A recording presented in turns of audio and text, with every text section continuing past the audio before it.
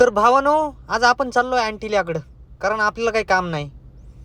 तर माझं नाव आहे आकाश आणि मी राहतोय मुंबईत. म्हटलं मुंबईत राहतोय तर अँटिलिया कधी बघायचा.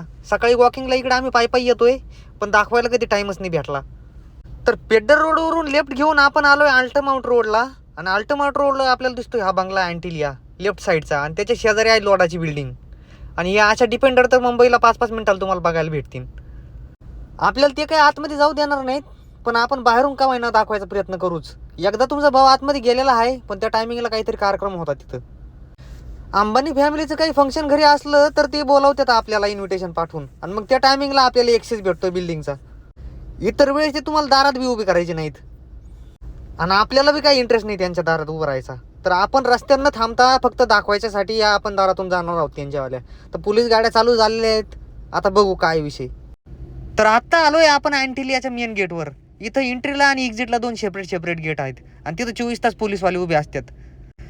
आणि ही दारात जी व्हॅन लावलेली आहे ती स्टाफसाठी आहे, स्टाफ यायला जायला.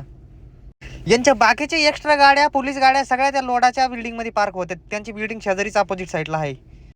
चांगले मोठे मोठे लोक ज्या गाड्या घेऊ शकत नाही त्या गाड्या अंबानीच्या ताफ्यात पोलिसांना वापरायला आहे. इथं जी वॅगन सुद्धा पोलीस लोक वापरतात. आणि या डब्या गाड्या यांनी काय कुत्रे व्हायला बनवल्यात का काय माहित. पैसे तर काही वाहू शकत नाहीत.